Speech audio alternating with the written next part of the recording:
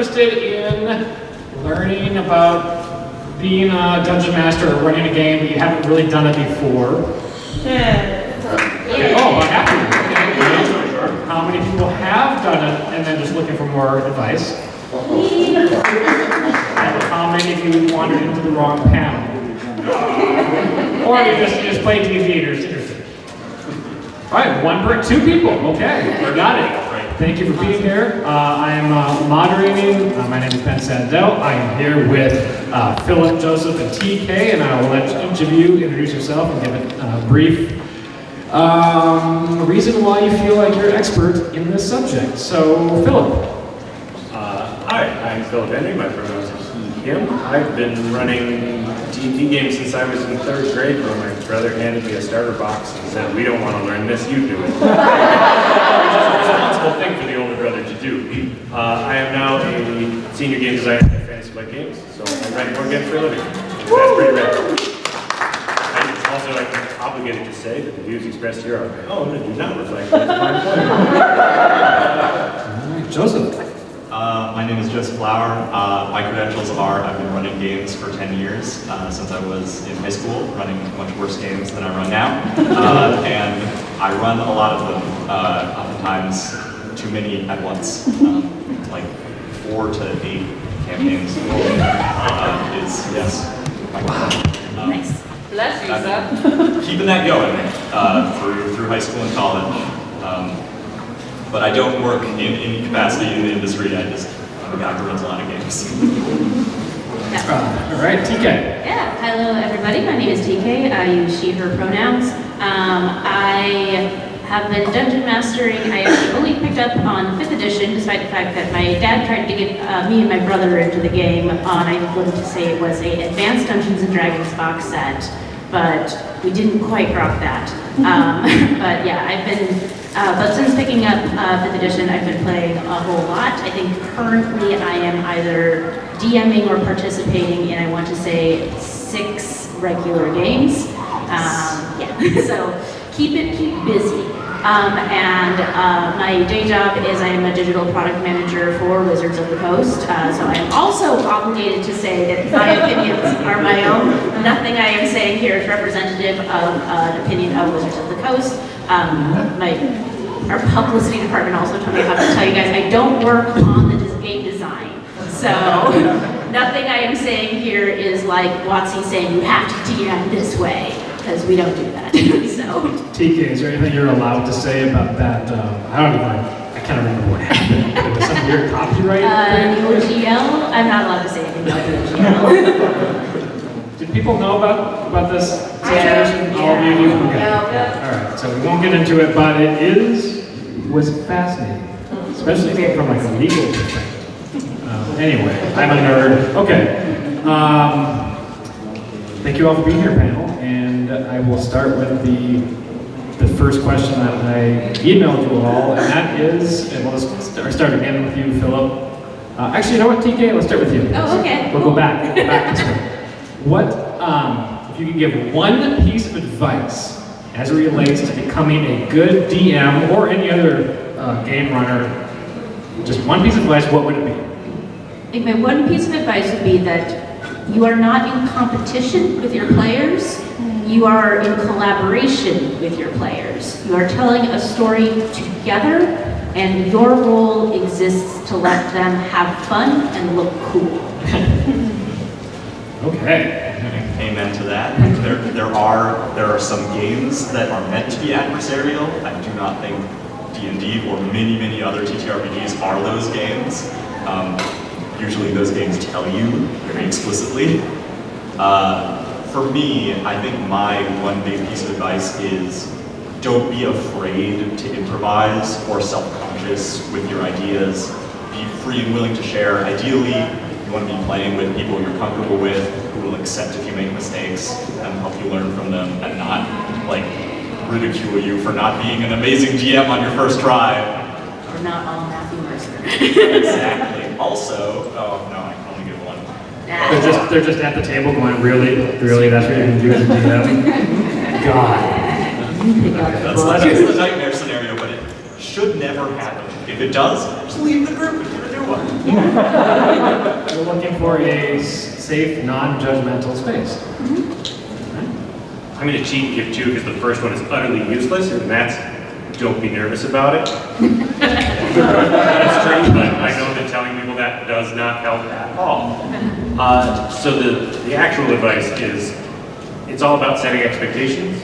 Make sure you know what the players want out of the game, and what you're going to give to the players is the same thing. Do that by having a conversation. It doesn't need to be, although I encourage it, it doesn't need to be like a really detailed conversation about safety tools and content warning, but it should just be, hey, I'm running a horror game. Playing accordingly. Or hey, this is a hack and slash goofy game. So none of your players going, hey, I was expecting something really serious. I wanted a Lord of the Rings game, not this silly Monty Python game. It's all about managing expectations. Session 0 is always so helpful. Like, Yes. doing a session 0 is probably like one of the most important things. Session zero? Yes, I will expand upon this. Session 0 is the session that you have before you even start the game. It's usually a time for character creation. It is also a great time, as discussed, to like set boundaries, discuss expectations, establish like house rules if you have any like that, and also discuss comfort levels with your players. Like, I have a group of friends who I play with frequently, and so I know their comfort levels. I know things that I can't mention to some of them, things that I need to, because there's the whole concept of lines and veils, which I can also explain very easily. But like, yeah, like, there's things that I can describe in detail to them, and there's things that it's like, I'm just going to say this happened and we're moving on. And then there's things that I do not want to include in my game at all. But that's important because, like, you might not know that your friend is arachnophobic to a serious degree and cannot look at a picture of a real spider. And if you have a campaign that's set all in the Underdark and you have a bunch of spiders, that might be a problem. So you want to clear that first. Yeah. And also, just to jump on this as well, I do want to say that is such a good piece of advice because I'm probably going to be mentioning later on some of my biggest mistakes as a Dungeon Master, and most of them could have been solved by a session 0. Just by setting proper expectations with my group, having them talk about their characters with each other beforehand. There's a wonderful campaign I was in that, like, after a year and a half, it petered out, and we realized all of our characters hate each other. Why have we been playing like this for a year and a half? And then I realized my players did not talk to each other about the characters they were making at all. So one of them is like, I'm going to be a cool lawman, and the other one's like, my deep dark backstory is that I'm on the run from the cops, and I'm really scared about it. And so there was this tension between the players the whole time, and nobody knew, like, oh, why are the vibes so bad in this game? No, I would have thought they would have get better. If people know what to expect, if people are like, oh, this is one where we're going to be keeping secrets from each other, where we're going to be adversarial, then it's great. Then it's like, oh, who can I trust? But no, we all went in with the expectation that we're going to be a cool crew together, us against the world kind of thing. Didn't work out.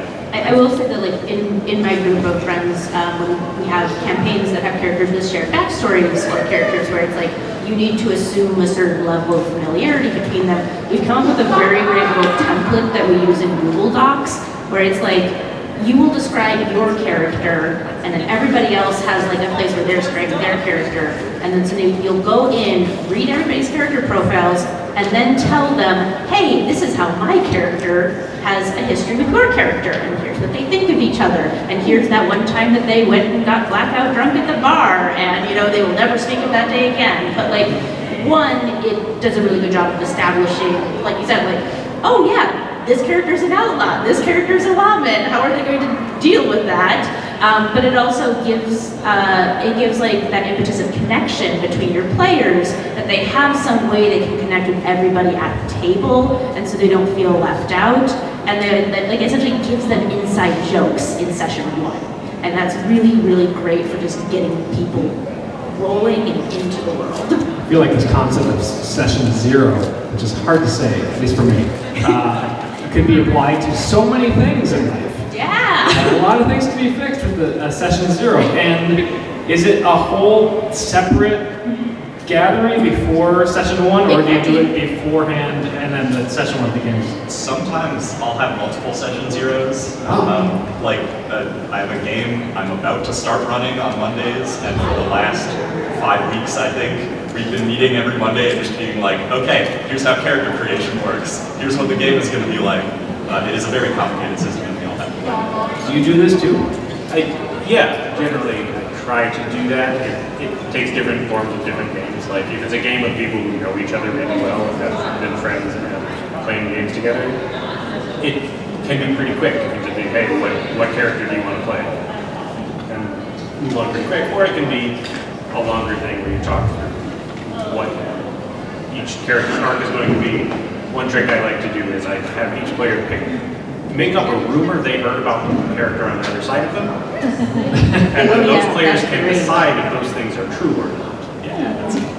Okay, so that's a cool thing. Cause I have a question later on. It's like, how do you make it fun for yourself, and how do you kind of spice it up a bit? It sounds like you have ideas, and what is your typical go-to? Just I'm going to spice this up technique when you're working with a group. To just kind of throw it off the regular. Yeah. We're having a regular campaign. I'm going to, or maybe you don't. I will say that the way that I, like, both as a player and as a DM, the most fun and kind of like the spiciest thing for me is pulling in player backstory. Because players are very invested in this character they have created because they put time and thought and energy into it. And when you as a DM acknowledge that and like weave it into the world that you're playing in, like your players, it's like you've given them a birthday present. It's like you've given them a cake and now they get to sit and eat it in front of all of their friends. And the thing is that this isn't limited to just like homebrew campaigns. Like I am running Netherdeep, which is the Critical Role campaign for some friends, and I've taken parts of that campaign and picked out NPCs and replaced them with NPCs from all of my characters' backstories, so that throughout the campaign they encounter these different little nuggets of things that are important and related to their character specifically. And every time they run into one, they like look at me and they're like, "You did it!" And I'm like, "Yes, I did." It's always so much fun. Yes, that is a fantastic technique that I love to use as well. Another thing, I've been on kind of like a journey as a DM over time myself of like going from my only purpose is to make sure other people are having fun, which is not good. You're also a player. You also should be having a good time DMing. Or at least ideally you want to be having a good time DMing. To then I really would like to like prepare very elaborate, very moody, like almost orchestrated like a camera. I would usually say like stage direction scenes that were like no longer than 60 seconds to like set a scene or to like establish an area or as an intro to like an episode of our campaign. And my players always really enjoyed those. And they were really fun for me to kind of like get to turn up the music and really be like very, very cinematic for a little bit. And that's one way. And then another way, which I also think I will be talking about later, is changing game systems. It's a great way I spice things up, and I really needed to. Put a pin in that. I do want to ask, can you hear us, everybody? Are we doing okay? A little bit of I don't know if the volume is back there, if there's a... You can close the door if we want to. Close the door? Okay. So there are children Minecrafting in the hallway. Oh, children! And they're Minecrafts. Also, when I speak into this mic, I cannot tell if it's actually transmitted. It does not sound loud. You can turn up. It could be louder. It could be louder. I will speak more directly. There we go. Okay. I'll maybe get right up on it to make sure to get Hello. Okay. Bobby Newport. Okay. So you touched on something that I wanted to talk about, and that is the fear of doing it. You talked about being nervous. I have not done, full disclosure, any TMing except for with my nephews who were like 10 and 12 at the time, and it was just a game called No Thank You Evil. It was a children's game that's sort of D&D. It's like an interaction with D&D. It was a blast doing it. I was having fun and also terrified the whole time. And then my nephew, who is 12 now, wants to do DMing. He tried it the first time. He did well, but he was terrified. I could hear the trembling in his voice. So I wanted. Oh, also, I'll open it up to questions in about 15 minutes, so don't worry. I wanted to ask each of you, how do you manage that fear, at least starting out?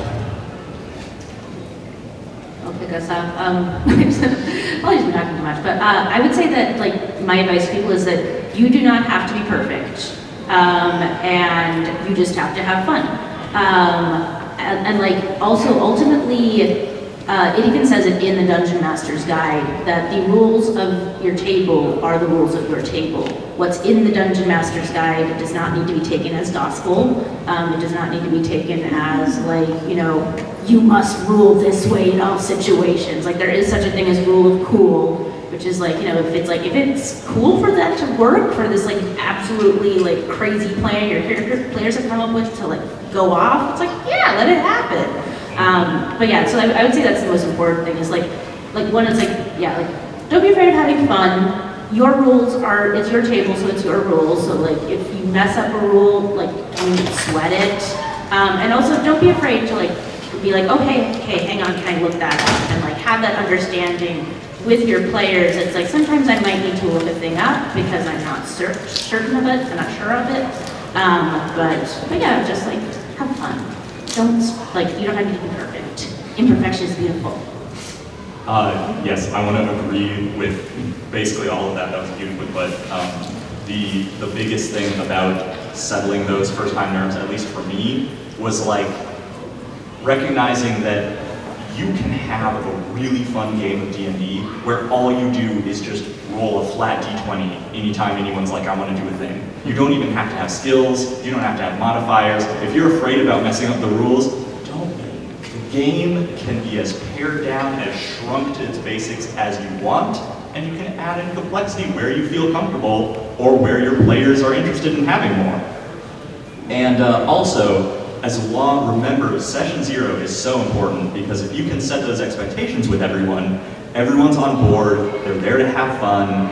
Even if you're like stuttering and you're unsure of yourself, your audience, in this case your players, aren't going to judge you. They're going to also have fun. If you're all playing the game you agreed to and you're getting to tell the story collaboratively and you're letting them share their stuff and collaboratively build this story with you, it should not be it shouldn't be an environment where you feel like you're on a stage and if you mess up, you'll be horribly judged. It's very much a like, relax. If you gotta take a break, you can call a break. Like it's your table, you're perfectly allowed to. It's low stakes. Matt Mercer is not over your shoulder. You should have prepped 18 pages by now. What are you doing? Brandon Mulligan is not going to come for you. Yeah, it turns out most of us don't play in games with nothing but world-class improvisers. Who knew? You two both said it. You don't need to know the rules forwards and backwards. You need to just kind of power through. It's not, again, it sounds like useless advice. What I like to do, especially if I'm playing with new people or in a public game, is just say, hey, if there's a rules question, I'm going to make a quick ruling so the game keeps moving, and then we'll just look it up later. If somebody who's not involved in the scene, I might say, hey, can you look up this rule so we can play it next time, but for now we're going to do this. And it's just, the momentum of the game is more important than making sure you get every single rule right, because you're not going to get every single rule right. There are a lot of them. And most of them don't really. Also, to be entirely honest, Matt Mercer has messed up rules.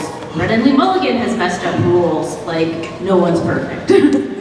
I don't know who any of these people are, but I'm going to assume they're D&D players. Yes. Is this Critical Role people? Matt Mercer's Critical Role and Brendan Lee Mulligan is Dimension 20, which is the Dropout D&D Live Play series. Very good. Woo!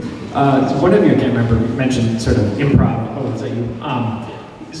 Is that something that you think is just a good rule of thumb when it comes to improv? I know there's the whole yes and. So if, like, let's say one of your players does something that wasn't in line with what you kind of had planned as a DM, Do you go, all right, I'm going to change the storyline. We're going to go this way. I'm going to yes and this, or do you try to pull it back? Generally, I think yes and is a great tool. There's also no but. Like, the thing you're saying is just crazy and there's no way it should work. You can't punch the moon out of the sky in most games. I say most, there are definitely games where characters can punch the moon out of the sky. So if they say, hey, I want to remove the moon so the werewolves can't do their thing. Well, no, that's not going to happen. But let's figure out something else that's cool. Okay. Also, absolutely, I think another thing I, as a young DM, and a lot of my friends who were DMing for the first time run into is the feeling of needing to have everything prepared beforehand, because they don't feel like they have the confidence to actually make a good game unless they've sat down and thought about it and written every possibility down and intricately rule-built everything. Be confident, or no, be willing to improvise, be ready to just throw stuff out, try new things. If you have written 16 pages of intricate lore and backstory for a character, and the first thing the players do when they find that character is try to kill them, you gotta lean into that.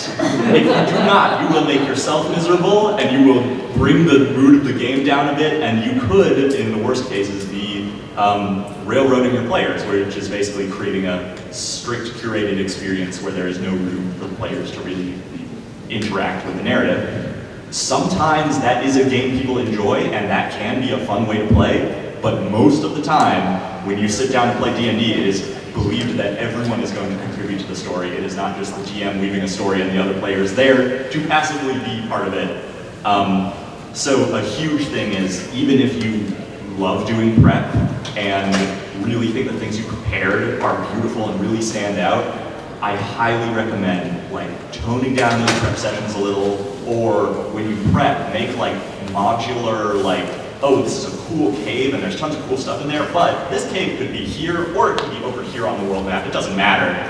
Doing that stuff so that if your players do something wholly unexpected, you can still take that piece of content that you never got to use and put it somewhere else.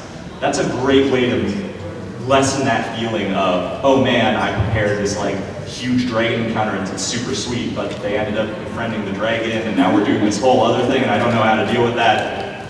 It's okay. Yeah, you have to be able to let go. Yeah. You gotta, I will say something, this is actually a piece of advice that I got at CONvergence when I was first starting DMing, was that as a DM, when you think of the story, it's often best to control the macro story and let your players control the micro story. And what I mean by that is, as a DM, you want to have a good sense of where are we starting? Where do I want us to end? What is the big overarching plot line of this game? Who is threatening the safety of the world? Is it Vecna? Is it Shar? I don't know, figure that out. But when it comes to how do we get from point A to point B, what are we doing in this specific city, let your players sort of guide the path there. Because that way, and you can then take what they've done in those little individual micro moments, and be oh, okay, yeah, since they decided to do this, that means in my macro story, this will be happening, and this will be happening. And so that way, your planning is not going to waste, but also your players have agency in influencing different aspects of the story you're trying to tell. And also it doesn't feel like you're railroading them, because you're ultimately letting them control kind of the day-to-day decisions of the party, while you're kind of having them on a highway, not a railroad, so to speak, of we're still going over here, it's just you're choosing how we're getting there. The bad guys are going to do their thing. Yeah. You guys can engage with that as much as you want, but the bad guys are going to do their thing. I can say this If you because don't want a TMI, maybe deal with that. yeah, I can say this because nobody in this campaign is here, but I have a campaign I'm running where it's there was a cult in their starter town that they managed to thwart. They did uncover a note of oh, hey, if something goes wrong, meet me in these mountains. They didn't go to those mountains, they went somewhere else. And so when they come back to that city, it's going to be a little different from how they left it. I also want to say, my piece of advice is don't be afraid to improvise when you can. It is a skill that you get better at over time. You're not going to be perfect immediately, I mean maybe, but most likely it's going to take some practice, but don't be afraid to get that practice in. Try new stuff and ask your players, like, hey, what things did work, what things didn't. Try to keep it fresh and be willing to follow your players where they want to go. If players seem really excited about something and like the whole table is on board with this and you didn't have any planning for it beforehand, that might mean it's time to go off the rails a little and follow them and see where they go, if you're comfortable doing so. And developing that skill and being able to play a more flexible game like that, I think, is one of the things I the most feel like has improved about my DMing. Going from, if I don't have this written down beforehand, I really don't know what I'm doing, I'm kind of floundering, to I'm ready for anything. My players can pull some wacky stuff, and I'm still confident enough to be like, oh yeah, I know how these characters, I know how these NPCs in this setting would react to that. And in that way, I think there are some very cool modules for a game called Mothership, which is much, much different from D&D. It's like a very pared down, old school revival type that's like very based on the old mechanics where you had very little rolling. But they have these modules that just, at the very beginning, there's a big timeline and it says, what will happen if the players did nothing? And it gives you the whole breakdown, and then the rest of it is just like all cool things to interact with. And so you have your overarching story there. If your players did not exist, here's what would happen. And then you put your players in there and you say, go ahead, surprise me. And it gives you all these tools to decide how would the world react. And with enough practice, as a GM, you can kind of become this like modular reactive game system, basically, that will record, like, in your brain, record what your players do, and then be like, okay, down the line, that's going to change this.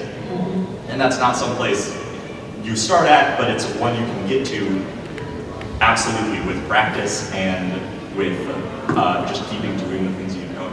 I would say like another piece of like improv advice that does apply to dungeon mastering is like if you go to improv classes, a lot of times what they'll tell you is don't edit. Like don't get too in your head, because like just say what you want to say, and more often than not that's going to be the funniest thing that's going to come out of your mouth.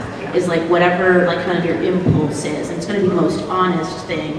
And so like yeah, like don't get too caught up in here, don't get too caught up in your notes, just go with the flow and be willing to like be impulsive and, you know, bounce crazy things off the wall and see what works. I wanted to, it's in terms of getting up your courage to do it, it sounds like there's a lot of it comes down to just the experience of doing it. So you have to do it and then you get better, and just to make people feel better, I was curious about what were some of the times early on where you really screwed up. I have so many. What is the funniest story you can tell? Well, I already kind of shared one where a long form campaign, at the very beginning we should have had session 0 and fed our players. I had another one where, again, I highly encourage as a new DM, don't be afraid to try new things and like try different things and do things that excite you. That's the biggest thing, because every time I've run into burnout is when I have been routinely trying to do like a similar story or a similar set of mechanics or a similar gameplay because I expect that's what my players want. Try different things. Not every time it's going to be great. For instance, I decided one day at running a long-form campaign based on like this sky ocean. It was like the sea was clouds and you could fall forever, and people were on flying boats, and there were big sky whales. One of the characters was a paladin, and I thought hadn't been acting very paladin-esque. So in 5e, there is no official rule that says if you stop being noble and good, your god takes your powers away. Back in 3.5, which is when I first started playing, there definitely is. But in 5e, it's kind of loosey-goosey, so I was like, all right, I think I'm going to do a plot line where my paladin character's god gets very angry at them and is like, you know what, that's enough. You haven't been doing your due diligence, we're taking the powers away. and it ended up getting pretty adversarial. Like it wasn't very much like a fun, oh no, this god has decided we're not good enough, so we have to get weaker temporarily until we go do a thing. No, it was kind of like, you haven't met my arbitrary standards, screw you, and then no immediate recourse, no way to solve the problem. And so the player, though they were actually really good about it and have told me they still had an amazing time in that campaign despite me, in hindsight, being like, why did I do this? They got through it and they were like, all right, well, my god's really angry at me, but the smite still works when I hit things with the sword. The smite still works. It's a t-shirt you can make. Yeah. And eventually it was resolved by the paladin being like, yeah, you know what, I'm switching gods to one that's a little more chill. Maybe more on the neutral side of the scale. Yeah. I had a bad habit of making really cool NPCs that I was too invested in. I realized, this cool NPC's here, do stuff with this guy. The magic sauce for NPCs is find the ones your players click with and care about. Those are your important NPCs. Your super secret, your knight who's secretly a dragon in disguise who's trying to go on the, like, no, you're not. You don't make a PC that just tags along.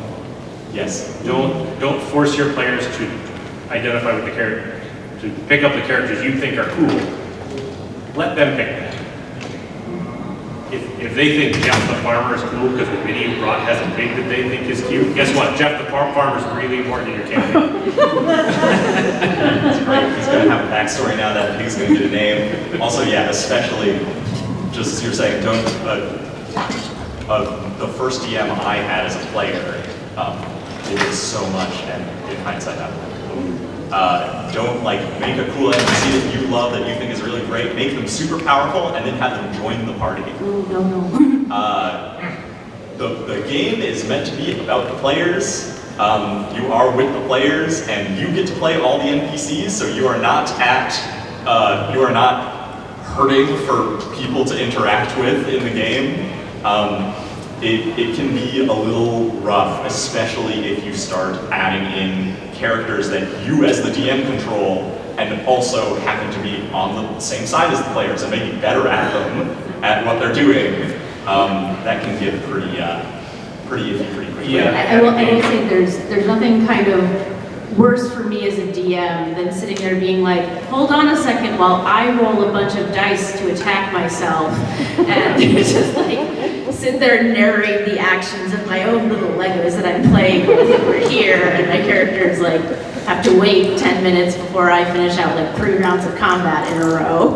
TK, did you have a story from a big mistake? I looked at this question, I thought about it, and I honestly, because my memory is shit, I can't remember, sorry, pardon my French, I can't remember like a big mistake, but I will say that like I did definitely like early on fall into that sort of trap of like, oh, here's a bunch of NPCs, and they're like, you know, with the party, and I'm now rolling a million dice like in combat, trying to decide what they're doing while my player characters just kind of sit and wait and twiddle their thumbs.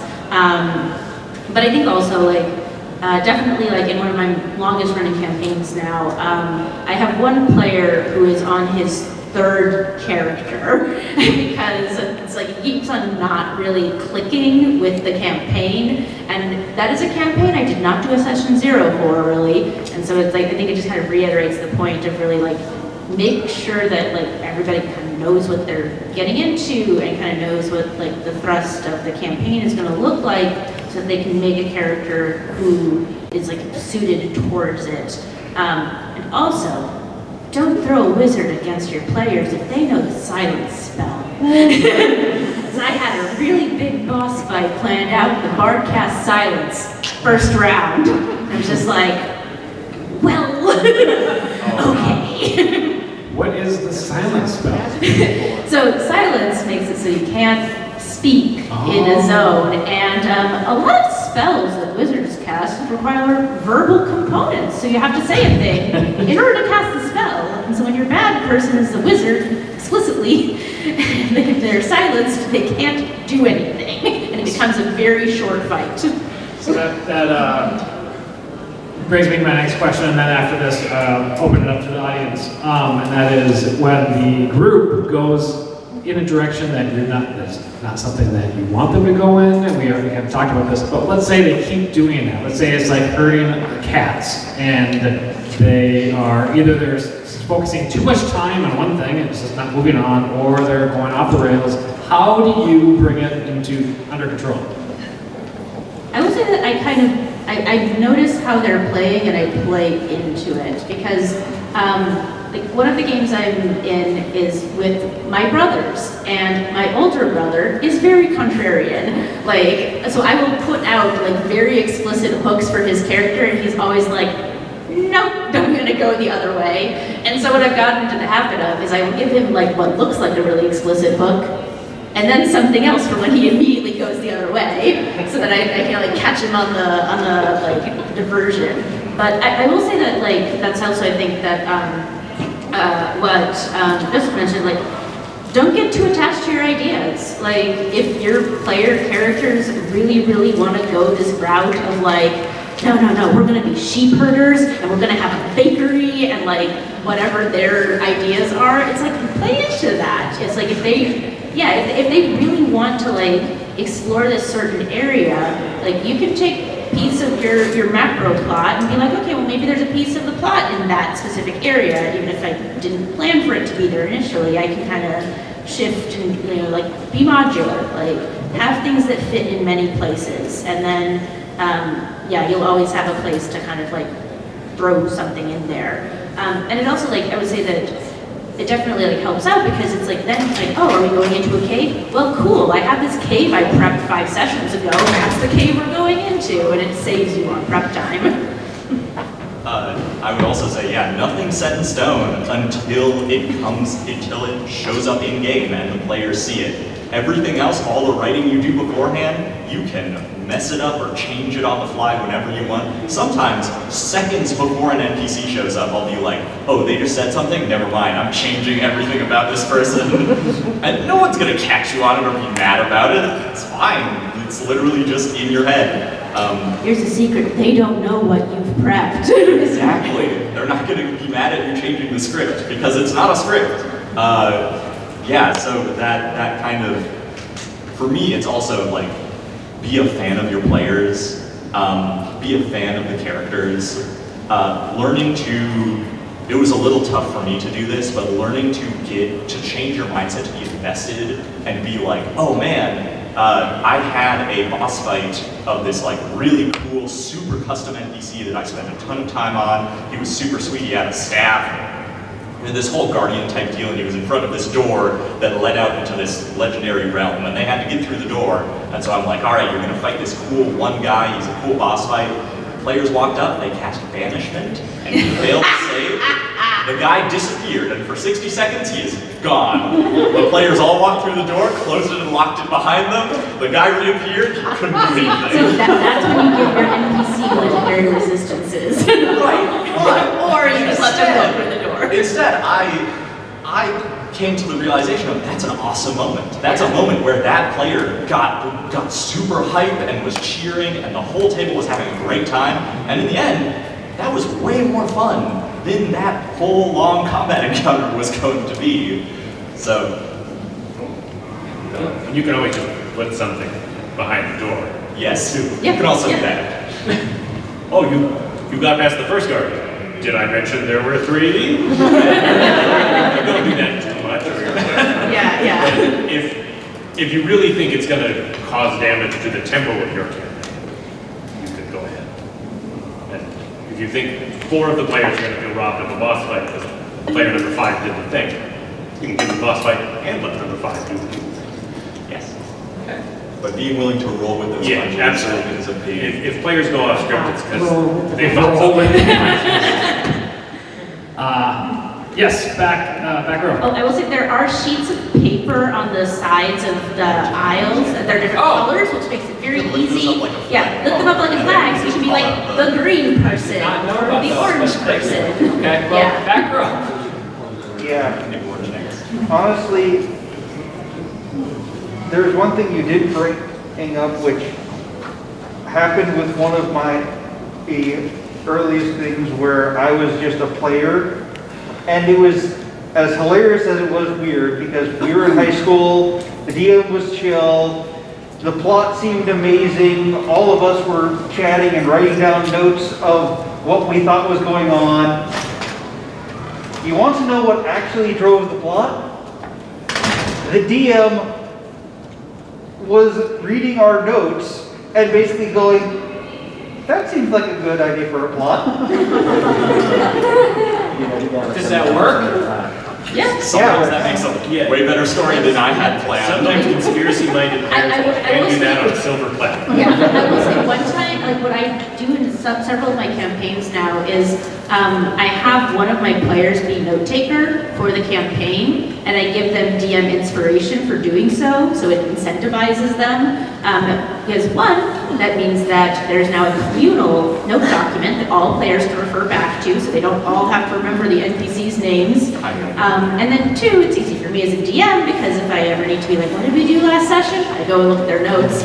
And then yeah, same sort of thing, like if they've got theories, if they think something's up, then it's like they're gonna write it down, and those are the things they care about. And so I immediately know, what do my players care about, and I can feed off of that. Exactly. Because yeah, you want to tune in on the stuff your players are excited about and interested in, and make those the parts of the story you focus on. Yep. Orange. Okay, so I had a question, but first I wanted to make a quick comment. So if you ever have players where they do banishment and they go through a door and you want to give them a moment to see if anybody wants to fight, guys, someone will open that door. My question is going to be for GMs, do you have anything that you traditionally like to have? Or anything that you would recommend that somebody has as a basic necessity in their GM screen? GM screen, is that what, like the Yeah, so it's cardboard what the thing? GM has in front of you, somewhere magnetic. I will Yeah. add to that question because I'm curious. The GM screen, and then you're rolling dice behind it. What is the approach to rolling that people might want to know? Because it seems complicated to me. So, first question, GM screen, and I apologize, I am going to be a little too chill here. The official GM screen is really great because it gives you like all of the status conditions, which I always forget, and also like the cost of ins and goods, which I also always forget. So it's very handy to have that kind of information just off the top of your head and available right in front of you. I will say ones that have little things for like tracking initiative, super great. Also, if they have anything for tracking like HP of monsters you throw to people, very handy. But yeah, for me the thing I always find myself looking up is what does this condition do and how much is an in, because it comes up so often. And then to the other question about dice rolls, yeah, like GM dice rolls being hidden means you have the freedom to change a dice roll if you want to. So if like your character, if you're in a fight and it's like 3 of your player characters are unconscious and there's only 1 left and you just rolled a nat 20, maybe that's a nat 1. You know, it's like, maybe, or if like your players are really into the high stakes, it can stay in nat 20, but like you have that freedom as a GM to decide if the dice roll stays or not, and your players will never know. We call this fudging dice, and I will say it's a legitimate thing to do, and it is a good thing to do, especially for keeping the tone that everyone agreed to. In your session 0, when you're like, this is going to be a lethal game, then you're not fudging dice. I have seen a lot of DMs roll all their dice in the open so their players can see it.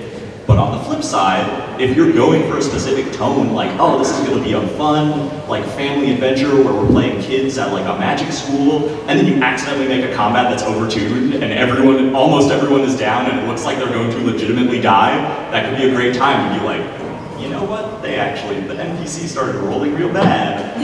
But I would also say, don't do it too often. Your players can definitely tune into it, even if you aren't explicitly showing. They can definitely start to feel like, oh, this character always rolls really well in these circumstances and really poorly in these others. It's kind of like I like to think of it as like you're kind of a director in a film, you don't want to show the camera tricks too much. You don't want to, like... Don't lens flare everywhere like J.J. Abrams. Well, I think of very sparing tool. I think of the pinball tilt. Like you can tilt it a little bit, Yeah. but if you do too much, the whole thing just shuts down. Yeah. Yeah. So, and I also think about like Bryan Cranston when he was doing Breaking Bad talked about the story writing.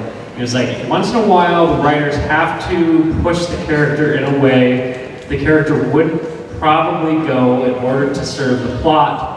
And every time you do that, it's like you're feeding the audience a little bit of poison. So you can only do it a tiny bit, because if you keep doing it, the audience is going to start feeling sick. It's definitely also something I've heard in like writing advice. It's like you've got so much like gimme, like things where it's like people like especially writing fantasy and stuff like that. There's like you have so much goodwill with your readers where it's like, oh, this town is named Horfugorf? Yeah, sure, okay. But like you can only do that so many times before it's just like, I'm putting this book down and I'm not participating anymore. The one thing I do want to also add is like when it comes to the fudging dice rolls, you can also fudge monster HP. Like if somebody has like just done like a critical hit and rolled max damage on their dice and they're doing all this cool stuff and you're like, oh man, but that only brings the monster down to like 2 HP. I killed them. Or alternatively, if it's like, oh, this monster went down way faster than I thought it would, but I want like this fight to kind of have more, oomph to it. Like, just they still have HP. They're still going until I say they go down. Do you have any? As far as the DM screen question, the other thing I like to keep on hand, overlaying travel time is one of those things I wind up looking at a lot. Yes. I think that's on the That is on the official one, one, yeah. it's good to have on hand. And also just a list of names. Your players are gonna, like I said, they'll pick an NPC to glom onto. Have a name ready. To an extent, you can be like, don't worry about it, that guy's not important. But sometimes you do just need to have a couple names in your pocket to whip out. The number of times I bring up random name generators mid-camp, like mid-session even, I'm just like, this guy's name is Jim! Because it's a very, very hard skill to learn and practice to pick up names on the spot. Yeah, having just a list for like the area of the game they're in and be like, there we go. Yeah. Also, I was just going to ask, what was overlay and travel Overlay time? travel time is like, these cities are 50 miles apart, how long does it take the party to walk there, that kind of stuff. It's just good to have, so it stays consistent. If it takes you 2 weeks to walk to this mountain, and then as the DM you forget it takes 1 week to walk back, your players might not notice, but it starts to kind of unravel that, And even like sense of place. And within cities as well, one thing, and like I'm running Netherdeep, and they're in the city where it's like it's a large metropolis area, and bless Reddit. Reddit is a great source for things. Somebody on Reddit has done a like travel time grid of like, oh, you're going from this part of the city to this part of the city, 30 minutes. This part of the city to this part of the city, 2 hours. I It's saw like, oh, it's a map, so good. I think it was Neverwinter, somebody had basically built a Google Maps for Neverwinter. Oh, that's so With streets good. and everything. Love that kind of stuff. there's so many good resources online you can find. Yeah. Also, Oh, we have so many hands. sorry, Yeah. I didn't get to the DM screen thing. There are also DM screens you can get that they just have sleeves in them, and then you put your own sheets in to insert for whatever you want. And I would partially recommend that because also what you have behind your DM screen depends on what game system you're playing. We can also just add something to a hard screen without. Sorry, that's kind Yeah, of what I was originally asking. Is there anything you would recommend system neutral that somebody has when they start? Oh, Okay. gotcha. The materials. Yes. I will say the panel description does explicitly mention D&D, so we probably are biasing a little bit towards D&D here. Yeah, a lot of these, But yeah. a lot of this advice applies to a lot of game running. The advice applies. Okay, so we only have 10 minutes left. We have a whole bunch of questions. So panel, let's treat this like a lightning round. Let's be brief, but still informative. Here we go. Let's start there. Yellow. Okay, so I know like TK mentioned trying to get all the player backstories wrapped up in a game, which is a lot easier when a game is longer, but let's say I'm preparing like a 2-session, one-shot, you can call it. My players are, let's say I'm playing D&D 5, and my players are still making whole characters. They want to see their characters use their stuff, have their backstory come up. How do you balance, getting character beats taken care of in a very short game versus getting all the stuff you want to get done Who wants to grab that one? I think that's definitely it's a session zero thing, because if you're running a 2-session game, I think you need to have, set the expectation with your players that, hey, your backstory is probably not going to play into this too much because we're just doing a very limited story. And then, if a player is I really want this thing in there, they can tell you that in the session zero. So I think the session zero is really important to that, to set that expectation. Another great thing to do is on that session zero, be okay, this is what the 2-session campaign is going to be about. Make your backstories related to this, or make your character, when you're making your character, tie it to this theme somehow, and then they'll do it for you. Okay, we have Orange. What is a session zero? What is a what? Session zero. A session zero. So session zero, there actually is an official guide for session zero included in Tasha's Cauldron of Everything. Sorry, I have to show. Tasha's Cauldron of Everything? Yes, Tasha's Cauldron of Everything is a supplementary rule book to the Dungeon Master Guide and the Player's Handbook that has a bunch of kind of additional rules that you can use at your table. There's a description of it in there, but shortly it is the first session that you have once you've decided the group of people you are playing with, to go through things like how are you going to create your characters, are you doing standard array, point buy, or rolls, who's playing what's everybody's level of experience, and I realized we didn't get back to this, but what's everybody's sort of things that they don't want to see in the campaign versus what they do, which is a system, look this up, it's called Lines and Veils. So it's the idea that is there a line that we should not cross for you, spiders, or is there a veil where it's I'm okay with this happening as long as it's not right in front of my face. As long as it's not on screen. Yeah, on screen, it's behind a curtain kind of thing.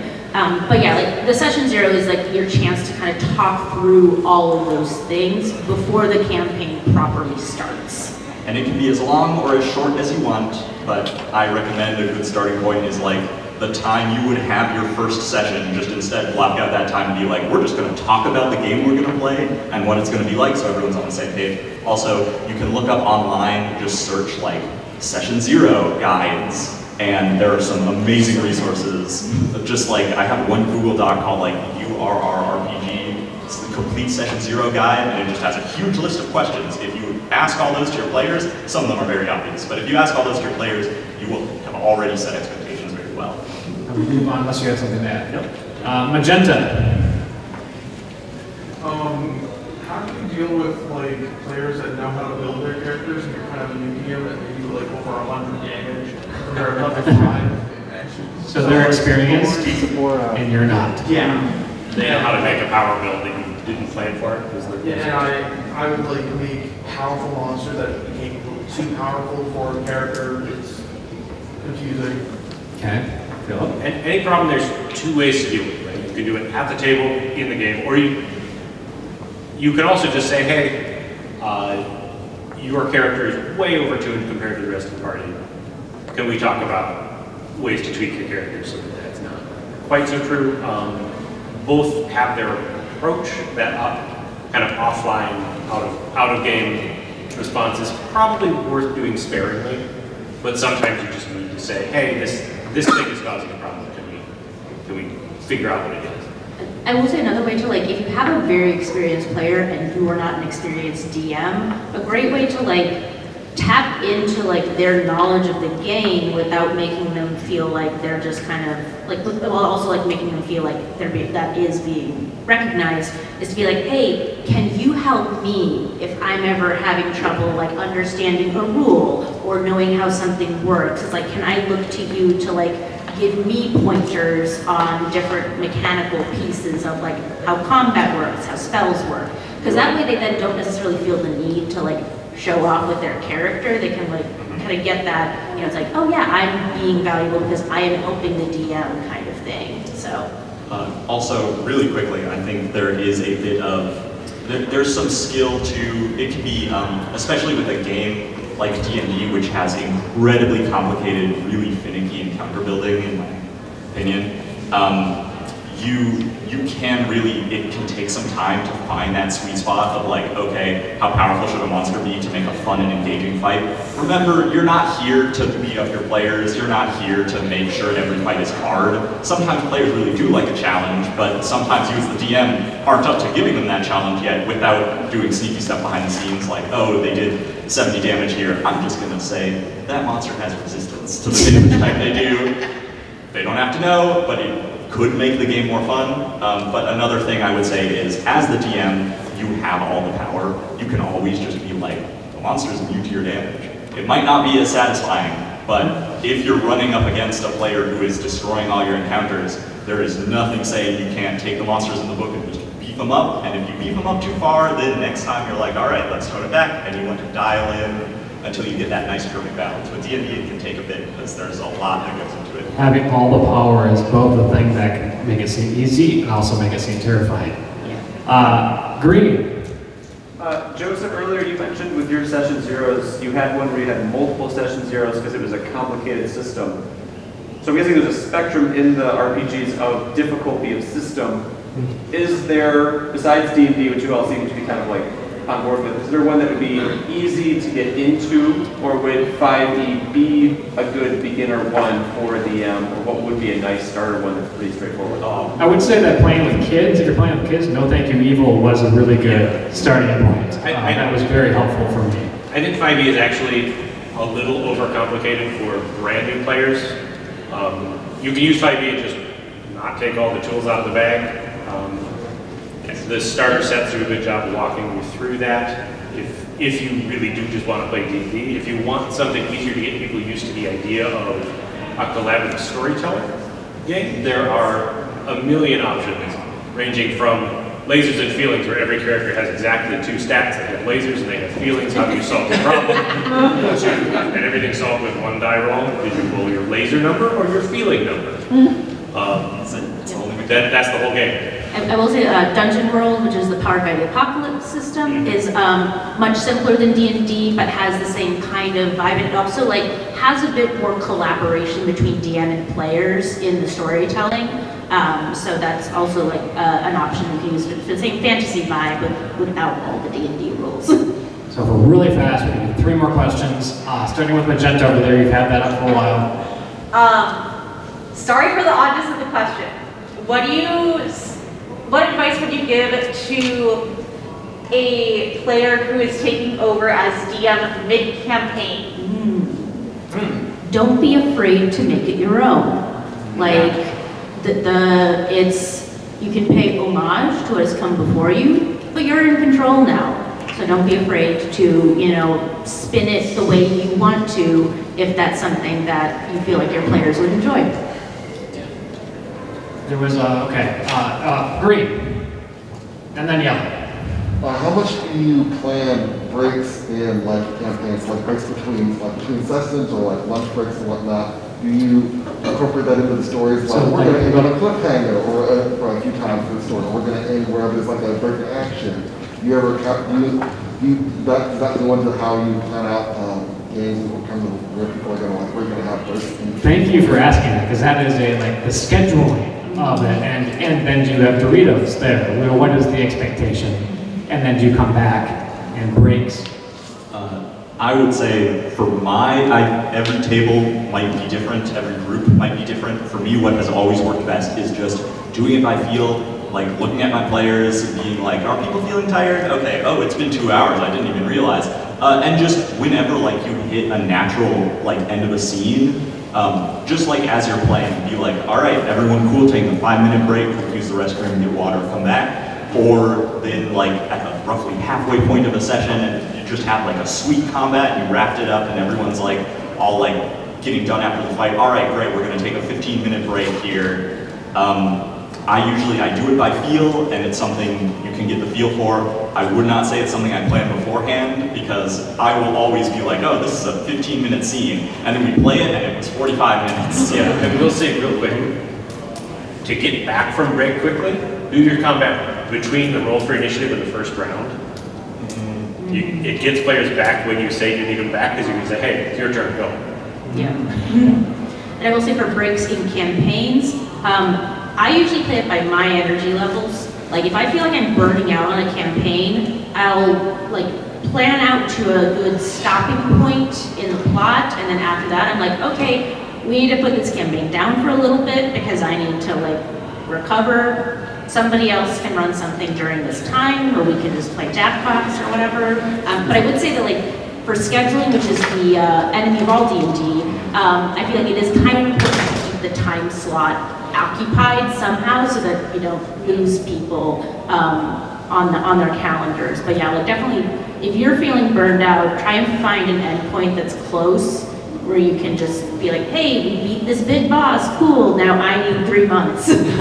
So there's we could easily fill another couple hours on this. I don't know why there isn't more about, being a good DM. Are you all comfortable? I don't want to like speak for you, but are you comfortable if people come up with extra questions or see you at FitCon and ask you? So I want, if you have other questions, you can stop any of us. I'm not going to be much help, but these are the three are experts. I did say we'd get to yellow, so last question. Awesome. Perfect one to end on. I'm curious about all your responses, and I hadn't heard it be addressed. It's kind of a thing for UDMs. When it inevitably happens, how do you all handle character death? Character what? Character death. Character death. Okay, first off, at session 0, it's good to establish how lethal is the game going to be, because sometimes it completely depends on the tone of the game you want to set, sometimes the game system, and especially your players. I have both had players who are like, please kill my character. I want to be surprised when it happens. I want it to be brutal. And then other players who are like, no, do not kill my character. I do not want them dead. I want them to live forever. I want them to be happy at the end. Both are totally valid, but you have to know that beforehand, because I have absolutely had the terrible, unfortunate circumstance of both of the wrong way happening, where I was running a game where I was too afraid to kill my characters, and I kept giving like them kind of outs, or like, oh, you miraculously survived this absolute TPK. And then my players started getting annoyed, like, we should be dead by now. Like, I had a backup character ready, I was really excited for. And then I've also had a character suddenly die out of the blue, just like completely KO'd, and then the whole party be like, oh, this is kind of iffy, and then me kind of hand-waving it, like, okay, yeah, you have the components for a revive spell lying around, it's fine. Because I realized that player did not want to die at that point, and that's okay. It's like Marvel. Nobody dies. Any other additions to the death question? No additions to the death question, but I would say one last kind of tool and shilling point, if we're on kind of like the closing remarks. One tool that I did not get a chance to mention, but is super valuable for me, is Kobold Fight Club. Yes. Look up Kobold Fight Club, which is a great tool for planning encounters, because it lets you filter by challenge rating, by your party size, by locations. And so it's really great if you're just like, I don't know what monsters I can throw at people. Kobold Fight Club. And it does all the finicky math, so you have a rough idea of like, okay, how powerful is this encounter according to the party, without having to take account of your It will take by one shill moment, which is, I've done other shill moments, but this is the big one, is that D&D's having a sale right now. So if you go to dndstore.wizards.com, you can get up to 40% off physical digital bundles. This is my job. That's the actual part of D&D that I work on, is this site. But it is like, we are legitimately having a sale, and it is legitimately the only place where you can buy the physical book and get a D&D Beyond code at the same place. So, and all of the starter books have the largest discount on them. So if you want to buy like the starter kit or the Dungeon Master guide or what have you, those are the ones that we're giving you the big discounts on. So, speaking of shilling, starting with Philip, would you have to plug? What else do you have to plug, especially at CONvergence? At CONvergence, this is my last official thing. They front loaded all of my stuff. Oh, wow. Hanging out. Are you DMing anything? I'm not. Oh. It's hard to commit to. I'm going to spend 4 to 5 hours of my limited nerd weekend. I am going to be on 3 panels tomorrow, living with adult ADHD. the year in STEM and AI and art, and then on Saturday, that's telling a story for the Not So Silent Planet and Word Singer Away at 7, and hosting the stand-up comedy showcase at 10 with Matthew Kesson and Shannon Paul at Word Singers Way. I will be on the panel with Adult ADHD tomorrow. I am also on a panel called Sentient Houses, which I think is on, it's either tomorrow or the day after. It's really cool. I'm very excited for it. Is that like ghost version or like AI tech? I'm going to bring up the AI tech if no one else does. But so far they've talked about ghosts, mostly haunted houses. But yeah, sentient houses are fiction, not like real smartphones. That's why I was like, we go one of two ways, and they're very different. Yeah. I'm going to be on a lot of panels. I think I've got 6 or so. Tomorrow I'll be on the Owl House panel, and then I'm also going to be on the Crit Roll panel tomorrow. On Saturday, I'm trying to remember which one I'm on Saturday. I'm on the Year in Fan Fiction panel if you want to talk about fan fiction, which I love. Yes. And then I am also on the Andor panel at the very end of Con on Sunday. Stick around and we'll talk about the banality of evil. I'm super glad that you all came. I hope you learned stuff. I hope you ask more questions afterwards. Keep going for Philip, Joseph, TK.